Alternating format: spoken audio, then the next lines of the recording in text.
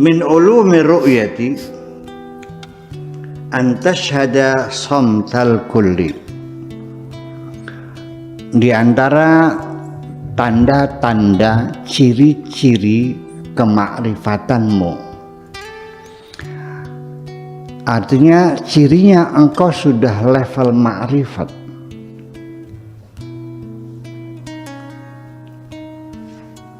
Makrifat apa? Ru'yah. Ru'yah itu eyewitness, kesaksian langsung, melihat.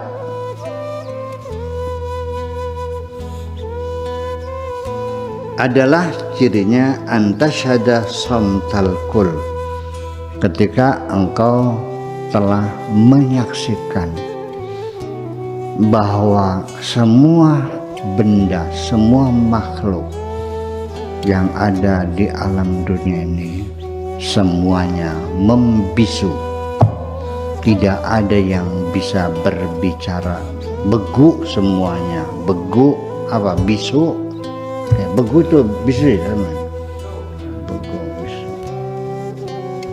semuanya membisu, tidak ada yang bisa berbicara. Itu salah satu bahwa engkau sudah mencapai tingkat level ru'yah, bisa melihat kebesaran Allah. Maksudnya ru'yah bukan melihat Allah, tapi juga melihat kebesaran Allah. Ternyata semuanya tidak mampu untuk berbicara. Wa adzal kul, dan ketidakmampuan apa saja yang ada di alam dunia tidak mempunyai kemampuan apapun. Semuanya dalam keadaan posisi lemah, tidak punya daya apapun dan tidak punya kekuatan apapun. Semuanya tergantung illa billahil aliyyil azim, la haula wala quwata illa billahil aliyyil azim, kecuali dengan seizin Allah. Itu salah satu ciri orang yang sudah mencapai ru'yah. Artinya bukan melihat makhluk lemah semua, termasuk dirinya juga sama. Dia sudah tidak merasa, tidak pernah merasa punya kekuatan, dan dia tidak pernah merasa punya kemampuan apapun. Semuanya berdasarkan izin Allah semuanya. La haula wala quwata illa billahil aliyyil azim. Sebetulnya kalimat la haula ini hampir semua orang mengucapkannya kok, dan semuanya mengucapkannya lancar semua kok. Bahkan ketika menghadapi sesuatu yang sulit saja, selalu sesumbarnya la haula wala quwwata illa, ya kan? Iya, kalau melihat ada saking gemes dan marahnya, la ilaha illallah, kan gitu. Ya. Kalau mau mukul orang, Allahu Akbar, prang kepalanya lagi pakai pentungan. Allahu Akbar, prang semua orang. Saya yang lihat begitu, mukulin orang sambil takbiran, hebat kan? Nama Allah disebut ketika kita akan mempersekusi seseorang. Luar biasa, luar biasa mulianya.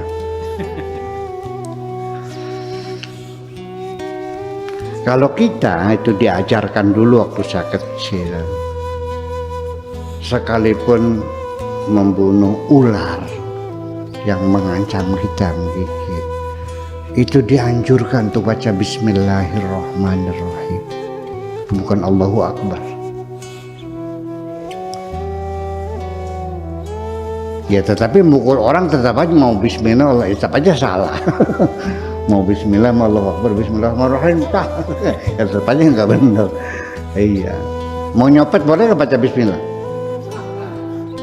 Bismillahirrahmanirrahim, di kantor orang boleh. Ya itulah. Ya saya sih begini aja kesimpulannya. Kalau engkau akan melakukan kejahatan, memukuli orang, itu kejahatan. Kejahatan, nggak ada dasar hukumnya. Keprak-keprak begitu tuh nggak ada dasarnya. Ya, polisi saja yang nangkep maling nggak boleh mukul loh sekarang. Apalagi dia di polisi, bukan hakim, bukan mukulin orang. Itu kan kejahatan kemanusiaan. Iya, jangan nyebut-nyebut nama Allah dong. Itu aja. Allah jangan jadikan alat mainan yang terucap dari mulut kita yang kotor itu. Iya, biarkan nama Allah dimuliakan. Ya, kita hanya menyebutnya dalam hal-hal yang baik-baik saja, dalam hal-hal yang benar, bukan untuk melakukan kejahatan. Iya. Jadi artinya mukulin orang ya karena berebut warisan, berebut batas tanah, ya kan begitu, berebut utang piutang, ya nggak boleh dong ya. Nah ini laporin polisi, diproses kan gitu. Kasusnya adalah perdata, jangan lalu pukul, membunuh segala macam, kan banyak kali. Dan kadang-kadang juga banyak lembaga-lembaga keuangan swasta dan sebagainya kalau nagih itu pakai debt collector kan, kadang-kadang digebugin segala macam. Gimana lagi ya, nggak benar. Utang ya utang, tapi nggak boleh digebugin orang. Saya juga banyak orang yang punya utang sama saya. Iya, miliaran orang punya utang sama saya. Tapi ya saya nggak ada maksud memukulin orang, ngapain. Ya lapor aja polisi kan gitu proses, bukan harus dipukul. Ya kalau mukulnya nanti utangnya pur, utangnya lunas ini. Iya, itu kira-kira seperti itu. Jadi ketidakmampuan semacam itu harus kita sadari. Ajal kul wa min ulumil hijab, dan diantara ciri-ciri hati kita terhijab. Kalau tadi hati kita terbuka bisa melihat cirinya itu. Nah sekarang ketika hati kita tertutup, pikiran kita terkunci, apa ciri-cirinya?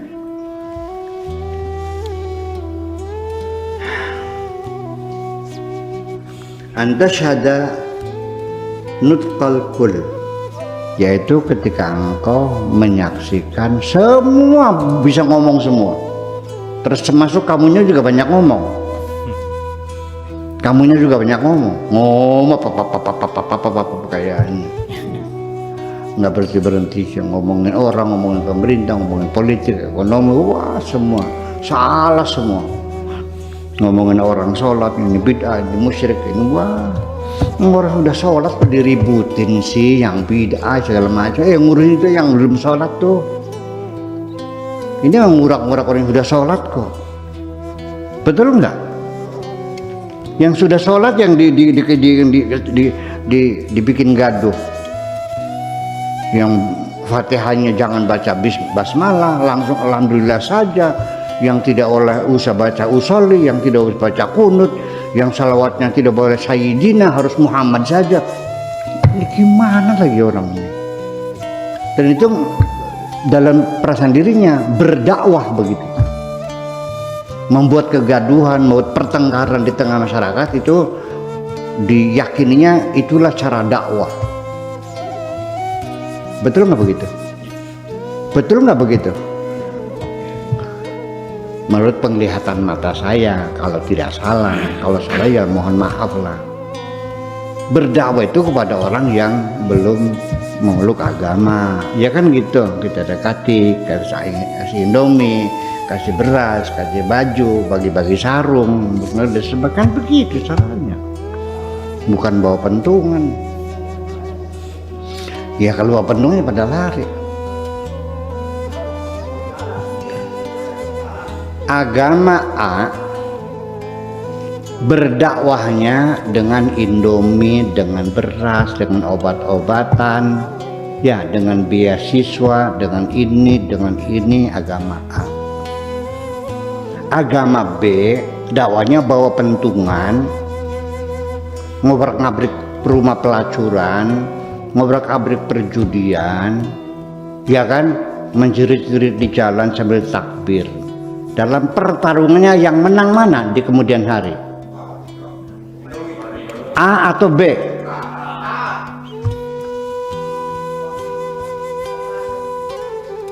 Kalau begitu dakwah semacam ini namanya pemurtadan. Orang malah jadi murtad. Ngeri kan? Nah itu persoalannya. Jadi kita mencoba untuk mencuci otak ulang. Ya, dibasuh kalau rinso, pakai rinso dicuci lagi otaknya. Mana mungkin jalan menuju surga membunuh orang kok. Mana mungkin masuk surga dengan mencaci maki orang. Nggak usah di akhirat, di dunia saja. Kalau orang mulutnya tukang mencaci maki orang, ngejelek-jelekin orang, banyak temennya enggak? Ya iya. Orang juga nyebelin jasanya tuh. Iya. Ya saya selama ini ya lebih suka diam saja lah, nggak usah berbantah. Dan tolong saya ingin menyampaikan, Anda pasti gagal ketika memancing-mancing saya untuk bertengkar dengan Anda, karena saya tidak punya waktu untuk bertengkar. Walau bagaimanapun saya tetap akan menghargai Anda, sekalipun Anda mencaci maki diri saya dan menyalah-nyalakan saya, tetap Anda saya hormati, karena saya tidak ingin menghinakan siapapun. Ketika santri saya mengatakan, "Buya, kenapa nggak dilawan aja? Kenapa masih dihormati juga? Loh, apa salahnya orang berbuat baik? Memang salah berbuat baik? Ya udah." Iya, dan saya minta ampunan. Saya tidak akan membantah, menyangkal, menerangkan, menjelaskan, merespon, tidak. Silahkan Anda berkomentar apapun, silahkan. Dan silahkan disiarkan seluas-luasnya, karena yang memuliakan saya hanya majikan saya, yang bisa menghinakan saya hanya dunungan saya, hanya majikan saya. Tidak ada siapapun yang bisa merendahkan saya dan memuliakan saya. Ini kata ucapan dunungan saya, innaka tu'izzu man tasha wa tudhillu man tasha. Engkaulah yang memuliakan siapapun yang kau kehendaki, dan engkaulah yang bisa menghinakan siapapun yang kau kehendaki, bukan kamu. Percaya. Dan bagi saya tidak ada masalah orang sealam dunia menghina saya, asal aku disanjung oleh Tuhanku. Selesai semuanya. Itu aja. Paham? Iya, itulah yang jadi masalah di antara sifat-sifat yang apa namanya, orang itu yang hatinya terhijab, itu karena masih melihat semua bisa berbicara, wa qadratul kun, dan masih melihat semua berkuasa. Dikiranya orang bisa merendahkan saya, menghinakan saya. Tidak ada yang punya kemampuan untuk menghinakan saya. Ketika Anda masih meyakini bahwa orang-orang yang bisa memuliakan Buya Syakur, Anda keliru. Anda berarti masih terhijab. Yakinilah bahwa yang mampu memuliakan saya hanya Tuhan saya. Itu. Kalau Anda masih yakin orang masih bisa menghinakan, orang bisa memuliakan, orang punya kemampuan, hatimu masih terhijab. Masih takut sama orang nggak?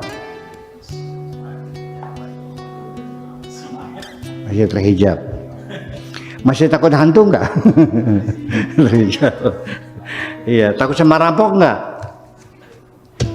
Takut sama begal nggak? Ya, rasa takut selalu menyelimuti diri kita. Dari takut halusinasi, takut ilusi, takut takut terancam, takut terbunuh, takut tertipu, takut nggak makan, takut miskin, takut segala macam ketakutan itu beragam, banyak sekali. Jenis makam itu kalau diidentifikasi itu ratusan jenis ketakutan ya, yang semuanya itu tidak realistis. Rasa takut itu sebetulnya kita yang menciptakan ketakutannya itu sebetulnya. Ya karena apa? Karena hilangnya keamanan dalam hati kita, maka ya muncullah ketakutan itu. Nah, cirinya orang jadi waliullah ketika dia sudah tidak takut kepada siapapun kecuali hanya kepada Allah saja. Itu cirinya wali. Makanya masih takut gak sama orang? Masih? Yang belum jadi wali dong. Baru jadi orang soleh aja ya, lumayan ya. Ya udah soleh lah. Belum jadi wali. Kalau duitnya hilang sedih nggak? Nah, dua, inna awliya Allah la khaufun alaihim wa lahum yahzanun. Waliullah itu tidak pernah sedih dan tidak pernah takut pada siapapun. Ya, jiwanya sangat tenang sekali. Oke, itu saja mungkin yang perlu ya. Udah hampir jam 3. Oke, sekian aja. Udah. Assalamualaikum warahmatullahi wabarakatuh.